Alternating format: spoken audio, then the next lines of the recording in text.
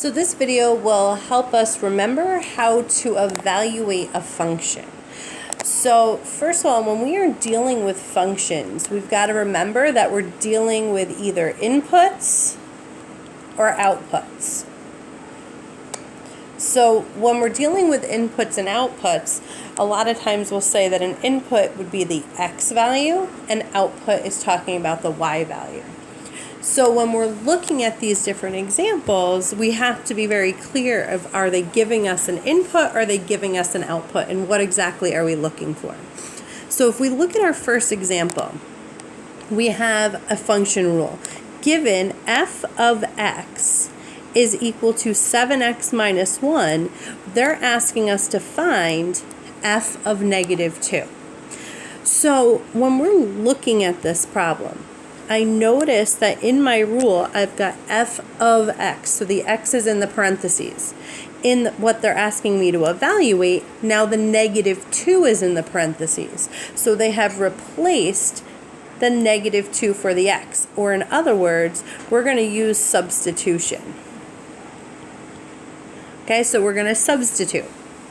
We're going to take that negative 2 that they gave us and use it in the rule for where the x is. And if there were x's in a couple spots, every x we would replace with that negative 2. So if we were in class right now and you had your calculator, you could type this whole thing right in your calculator and get the number. We don't have the calculator right now, so we're going to have to use order of operations. So when I'm looking at this, I see I have multiplication, I have subtraction. So multiplication always comes first in our order of operations. 7 times negative 2 gives me negative 14. Negative 14 minus 1. So f of negative 2, I'm bringing that down. Negative 14 minus 1 leaves me with negative 15. So what this means is that when we had an input value or an x of negative 2, our output or our y was negative 15. So that's how we evaluate a function.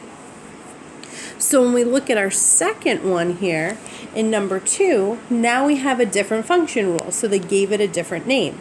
This time they're using g. So g of x is equal to x squared minus 4, and they're asking us to find g of negative 5.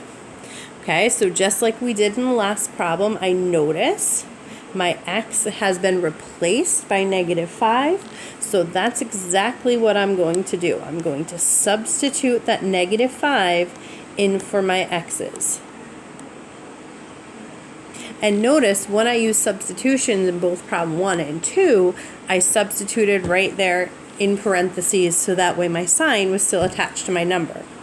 So once again, if I was in class, I'd type that into my calculator.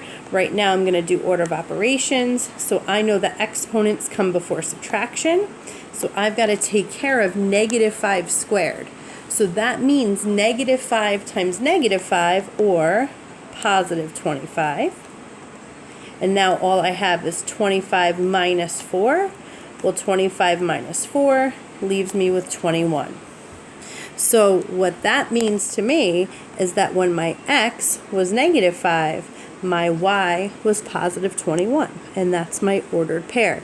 I could even write that if they wanted me to as a point, and it would be negative 5, comma 21, since the x always comes first in a point. Now, number 3, I picked this problem out because it's very similar to our old test question that we had, and this is one where we have to pay a lot of attention to because that's what threw some of us off. So it says, if h of x is equal to negative 3x plus 1, find x if, this should be an h of x is equal to 16, a little typo there. So this one's different. They're telling us to find x, which means that 16 is our y, or our output value. So although we're kind of using substitution here, it's going to replace this whole side of our equation for h of x. So we would have 16 is equal to negative 3x plus 1. So I need to find x, which means I'm now going to solve this equation. So this is where my inverse operations come in. I've got to get this x alone. So I know my first step is going to be to subtract my 1 over to the other side of my equal sign. 16 minus 1 leaves me with 15. Okay, so now I'm going to keep solving. I've got to remove this -3, so that's attached by multiplying. I'm going to divide. So both sides get divided by -3. 15 divided by -3 leaves me with -5, and -5 is equal to x.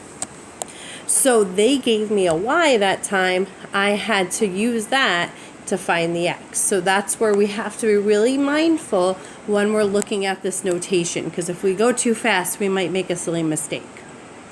The last type of question we might see is where they give us a graph instead of a rule like they did in those first 3 problems. So this we have a graph of f of x. It's kind of a weird looking graph. Okay, they didn't label our axes for us, so we have our x-axis and our y-axis, just because we need to know if we're talking about x's or y's in our problem. So if we look at the first one, in letter A, we have f of 4. So 4, once again, is in those parentheses, so that means that it's an x. So I need to go on my graph to where x is 4. So I'm going to go from 0, 0, 1, 2, 3, 4, and it's right here. Happens to be right where the graph crosses. So we just need to find then the y. If they're giving us the x, we need the y. So we're not going up or down at all, so that's telling us that our y is 0. So if we look at our next one, it's the same idea. Letter B, we want to find f of 6, so where our x is 6. I would go over to 1, 2, 3, 4, 5, 6. And now I've got to go up to where it actually hits the graph. And it hits right up here. So we need to figure out how many up did we go. Well, we went up 1, 2, 3, 4 boxes. So when our y would be 4. So in both A and B, they gave us the x's. In C and D, our question is going to look a little different.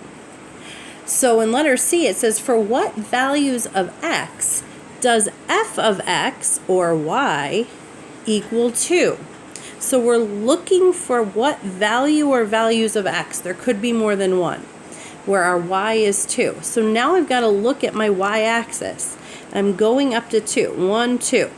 And I'm going over to where it hits the graph. So I've got a point here, and then if I keep going, oh, I've got another place there.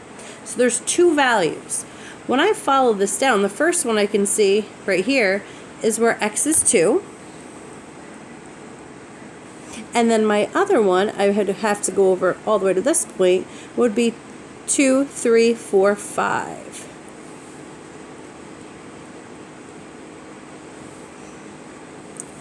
And our last one here, same idea, for what values of x, so once again we're looking for x, does f of x, or our y, equal 1? So I'm going to do the same thing I did in the last one. I'm going up to 1 on my y-axis, and I'm just following it over, and there happens to be 3 places where our y is 1. So I need to write down these 3 values. 2 of them I'm going to have to estimate a little bit. So my first one, it looks like it's right in between 0 and 1, so I'm going to say it's approximately, or my squiggly equal sign, 0.5, or a half. My next one is right here. That happens when x is 3.